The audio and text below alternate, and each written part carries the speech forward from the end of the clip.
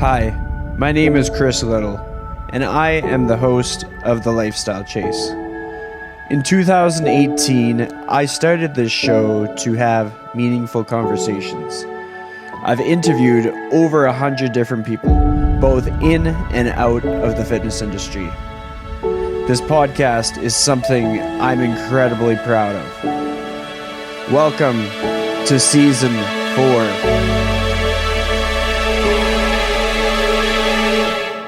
Thanks for joining me.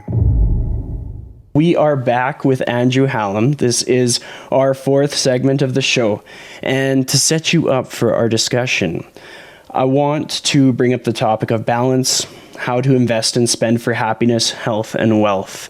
This is something that you've spoken about in the past, and it's something that I kind of wanted to dive into deeper as to what are your thoughts on that, and what's brought you to that position with your how you do what you do and the beliefs that you have and the decisions that you make on a day-to-day basis? It's as a personal finance speaker and writer, people that don't know me well would say things to me like, well, you really like investing, you really like personal finance, or you really like money. And for me, the thing I really like, Chris, is life.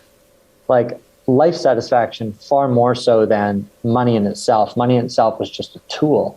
So I saw the need for the book Balance for several reasons. When you look in the newspaper or you're watching on television, you got some guy talking, or it's usually some guy talking about money.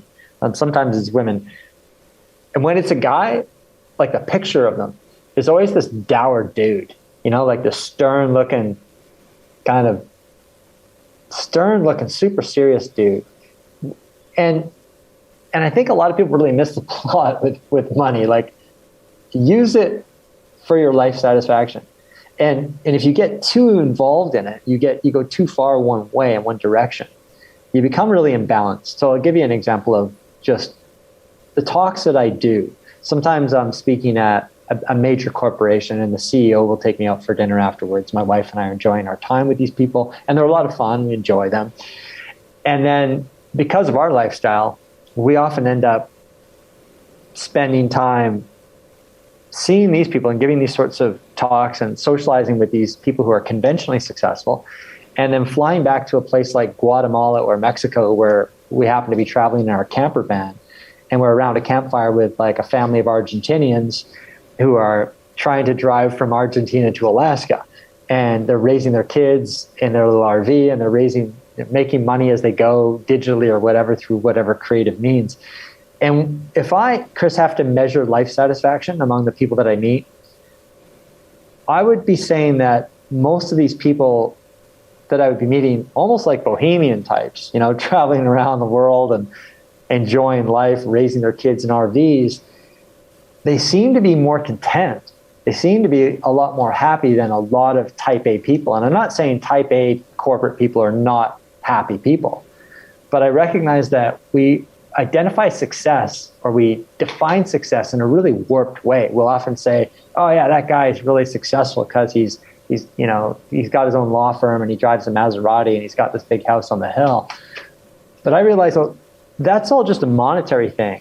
And research suggests that beyond a certain point, extra money doesn't actually make you any happier, doesn't increase your life satisfaction. In fact, when you're pushing towards that too much, you end up dropping balls in these other areas that are way more important, like your health and your relationships. Massive. Those things are massive towards life satisfaction. So I really wanted to write the book Balance to redefine what it means to be successful. So my definition of success has nothing to do with money and career. So sure, I don't knock those things, and those things can be fine. However, if we spend too much time focusing on that, too much energy focusing on that, we drop balls in areas that are way more important. So my definition of success in the book Balance is this. One, you need enough money. Success is kind of like a four-legged table.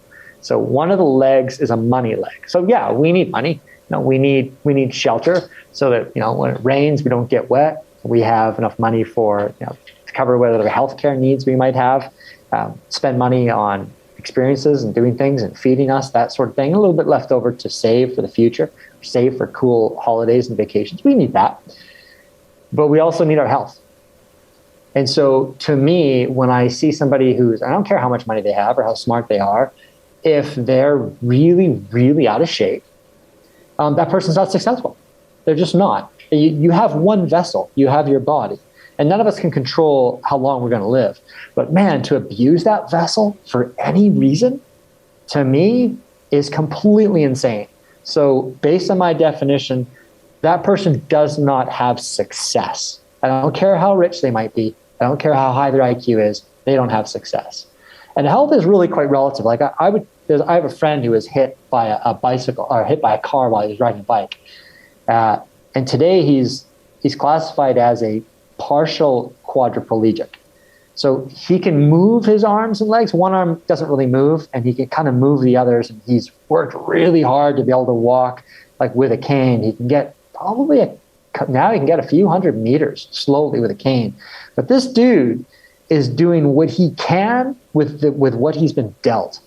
And he's come so far. To me, he's health-wise, he's a success. The third thing is relationships. Again, coming back to that idea that wealthy person or even that really athletic person, if they don't have solid relationships, they're not successful. Not really. Because, when we look at, there's an 8-decade-long study called the Harvard Study of Adult Development. And it looks at, well, what is it? For 8 decades, they've tried to determine what is it that makes people actually happy?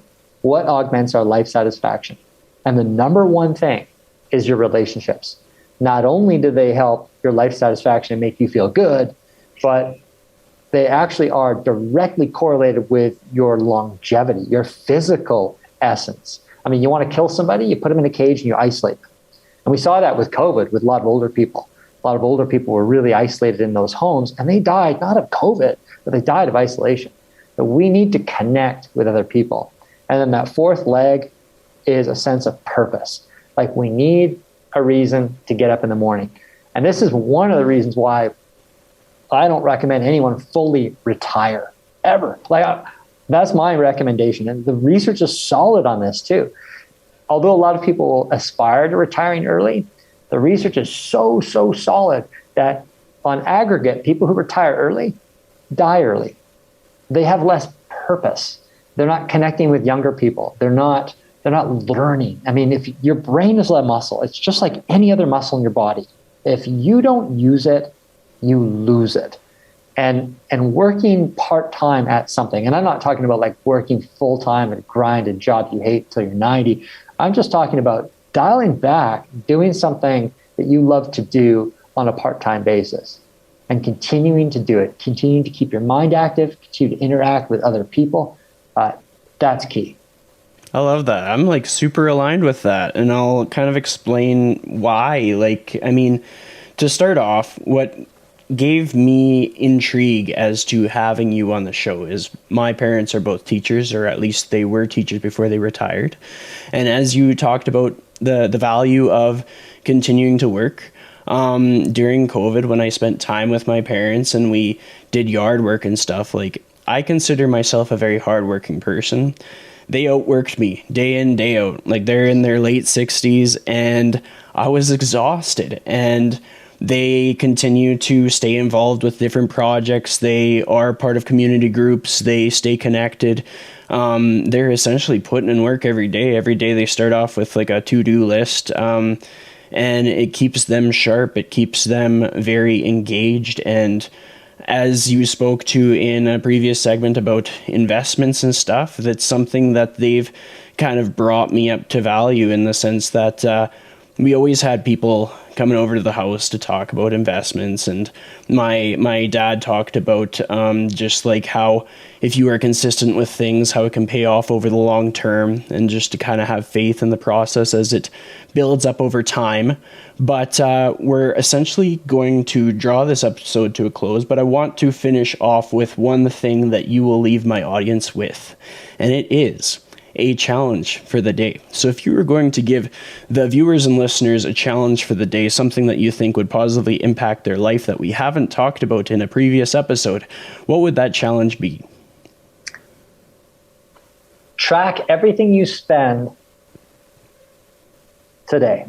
So get an app, download an app, use Mint or Good Budget or Pocket Expense, and track everything you spend. Do it today and then continue to do it for the rest of your life. It takes 10 seconds. And what will happen is this: you'll end up spending less money as a result because you'll be accountable for it. Now, it's much the same when you're physically training. Like if you have a physical training diary and you're documenting what you're doing, it's much the same thing. It's so much easier to keep that momentum. You can actually see also progress. You can measure it.